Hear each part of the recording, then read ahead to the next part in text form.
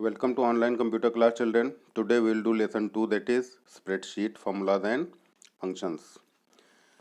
Spreadsheet is a software that is used to perform calculations, and MS Excel is one of the most popular spreadsheet software available in the market. To perform calculation, we use either formulas and or a function. Formulas are the user-defined instructions to perform calculations, whereas functions are the predefined or inbuilt formulas that comes with Excel. So on the screen you can see a formula. Any formula always begins with an equal to sign, and then we write the formula, and it is written here a2 plus b2 plus into 5 minus sum in bracket e3 colon e5. Here a2, b2, e3, e5, these are cell addresses, plus multiplication and subtraction, these are the symbols or mathematical operators. Sum is the name of the function here, and e3 colon e5 is the range. Now creating a basic formula. What is a basic formula? Basic formula involves only one type of operator in it. Like if you want to do only sum or only multiplications, then we have to use only plus operator or only multiplication operator. Then these type of formulas are called basic formulas. To use any basic formula, first you have to enter the data in an Excel sheet.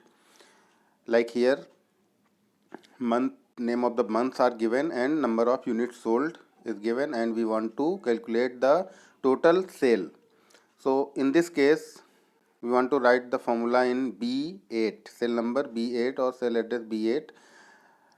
So beginning with equal to sign, just type equal to sign, then write the address of all the cells of which you want to do the sum. Here in this case it is B2 plus B3 till B7, and then press enter button. After pressing the enter button, it will show you the required result. Now how to use compound formula. What is compound formula? Compound formulas are used when more than one operator is required to perform calculation. Like in simple interest, the formula of simple interest is P into R into T divided by 100. Here multiplication and division, these are two different operators used, so it is called compound formula. To use compound formula the same way, first you have to input the data. In this figure 2.2, here principal, rate and time is given 4500, 5 and 3, and in cell B6 we are writing the formula. It is equal to B2 into B3 into B4 divided by 100. So it is called compound formula. We can also use formula on text like string and character data type. Except for addition, you cannot use subtraction, multiplication and division operators. These are not allowed. The ampersand symbol is used to perform addition, and addition of two or more text values is called concatenation. And to do this, simply write the values. Like in this case, in this example figure 2.3, A1 contains KIPS and B1 contains India, and in C, if you return it equal to A1 ampersand B1, then after pressing the enter button it will show you the result, and the result is KIPS India without any space. And if you want to give the space, you can see here you have to write it like this: equal to A1 ampersand, then within double quotes give a space, and then again write ampersand B1. So your result will be KIPS space India. Now the next heading is cell range. What is cell range? A range is a group of contiguous cells or continuous cells which form the shape of a rectangle.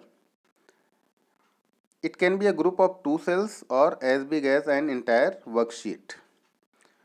For example, C1 colon C10 indicates a range starting from cell C1 and ending with C10. Then now how to select a range? Click on the first cell on the range while holding down the left mouse button and drag it to the last cell. This is one way to select the range. Then the second way is click on the first cell and hold down the shift key while you press the arrow keys to extend selection. Or the third way is select the first cell in the range and then press F8 to extend the selection by using the arrow keys. And to stop extending the selection, just press F8 again. And how to use a range in formula? So you can use the range like a formula is, you can see here, we are using here sum function that is equal to sum in bracket b2 colon b7. So here in this figure 2.4 you can see, so in this figure 2.4 you can see it is written equal to sum in the bracket b2 colon b7. So b2 is the starting cell and b7 is the ending cell, and it will consider all the cells in between and do the sum of all the data. So after pressing the enter key, you will find the sum of all the cells in this range. Now you can name a range also.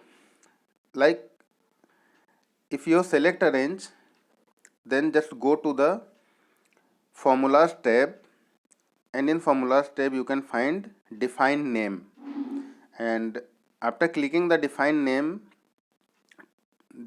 tab,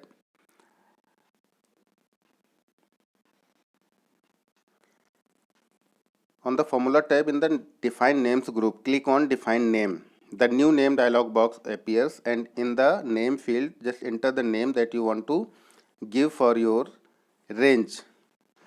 Here they are giving units underscore sold. In the scope combo box, specify the availability of the range name by choosing workbook if you want this.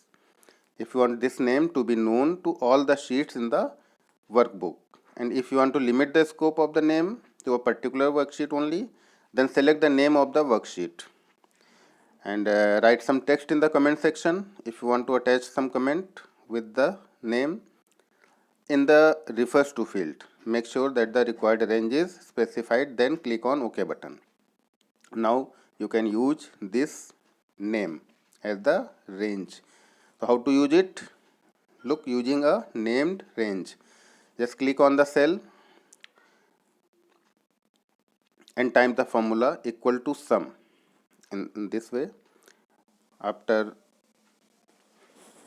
inputting the data, just write equal to symbol, equal to sign, sum, and in the bracket write the name of the range that you already made, and it is units underscore sold, and press enter key, and it will show you the sum of all the data given in that particular range. So children, that's it for today.